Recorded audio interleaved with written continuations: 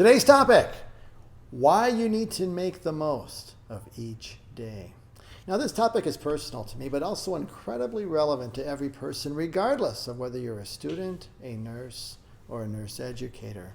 I have a couple questions I'd like to ask you. Do you take a new day for granted?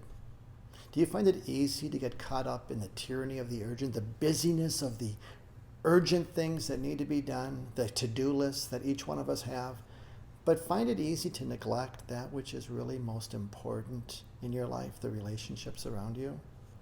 If so, I'd like to take just a few minutes and let me share some thoughts that could be transformative if acted upon and lived out in your own life. I want you to know that on Keith RN, I have over 20 case studies that I've created on my website that are purchased by nurse educators. Every scenario is fictional that introduces the clinical reasoning case study, and the image that is used is purchased, except one. And that one exception is my case study on breast cancer. My best friend's wife was diagnosed with stage 4 breast cancer 7 years ago. She gave me permission to share her personal story and her family picture for this case study on my website when I developed it over 3 years ago. I'd like you to share, I just want to share her story. And this is how my case study begins. Jan is a 50-year-old Caucasian woman who has been healthy with no previous medical history. 1 year ago, she noted a small palpable lump on her right breast about the size of an almond. Because she has been healthy, she assumed it was nothing and ignored it. But over the last month, she has noted that this lump has been increasing in size. Her mammogram confirmed a 5-centimeter mass. She then had an ultrasound-guided biopsy, and this biopsy confirmed the presence of cancer in her tumor, as well as in 3 of her lymph nodes.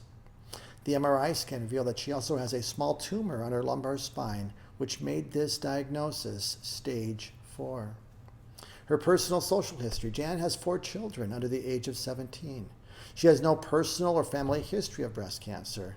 Jan is a Christian who has a strong faith and trust in God, who also believes in the power of prayer. She chose to have a mammogram before her husband's insurance plan expired because he just lost his job. So let's fast forward 7 years later. Jan went into complete remission after her first course of chemo for 3 years, and life was good. Then her husband, my best friend, also died suddenly of a massive heart attack. A year later for Jan, the cancer came back, but she knocked it down with another course of chemo and much prayer and went into remission once again. But then it came back with a vengeance for a 3rd time, the first of this year. And this time, there was no going back. She fought hard, hoping to see her youngest son graduate and her daughter get married this fall, but went into hospice last month. Her faith remained strong. Even if she was not physically healed, her confidence and hope in Christ and life eternal was not shaken. Before going into hospice, her sister asked Jan, "How are you doing? Are you afraid?" And Jan said, "I really feel bad for my kids." And they both cried. And then Jan said, "I am ready. Let's go." "What do you mean?" her sister asked. "I'm ready to meet Jesus." The next day in hospice, Jan was with her 4 children. And later that evening, a very tired Jan began whispering repeatedly, "Let's go. Let's go." She was ready to go. She felt her time was complete. She slept that night and died quietly the next morning on Tuesday, May 31st. The youngest son, Luke, who's in the photo on this on my website as well as in the image on this YouTube video, is in the right corner of the video, and he's the one graduating from high school this year who also shoots and edits my YouTube videos, including the one that you are currently watching. The other children are Wesley, Grant, and Whitney. And please keep this family in your thoughts and prayers as they adjust to life without parents. But the person and the story matter. There are just a couple of points I'd like to highlight from Jan that illustrate universal principles relevant to nursing and to nursing care. Number 1, every person has a story, and this story matters. Now, though none of you have met Jan or her family, her story has likely touched you in some way. Because when the person's story is known and understood, it is only then that you can relate to them as a person-to-person relationship, regardless. This is also foundational to the nurse-patient relationship.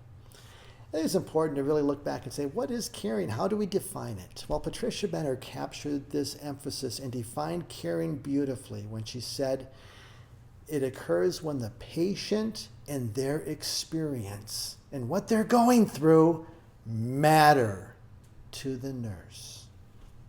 But in order to do this, that story must be intentionally obtained and then processed by the nurse to engage with their patient in this higher level of person-to-person caring. As a nurse educator, make it a priority and be sure to include in the clinical paperwork an area devoted to obtaining the patient's story and their brief relevant life history. What did they do? What was their accomplishments? What are the things that bring them joy and perspective in life? It's amazing the stories that you will obtain. And this is not, though, the same as just finding out what's the problem physiologically that brought them to the hospital. I find that most patients value and appreciate the opportunity to share their life story if you give them the opportunity to do so. It's also important to address the importance of spiritual care, which is part of holistic care, as patients are emotional and spiritual beings as well as physical. Because in order to provide holistic care, the nurse must address not only those physical needs, but also the emotional and spiritual when present. This is clear in Jan's story. How well prepared would you or your students be to support Jan in her Christian faith or other patients of different faith traditions?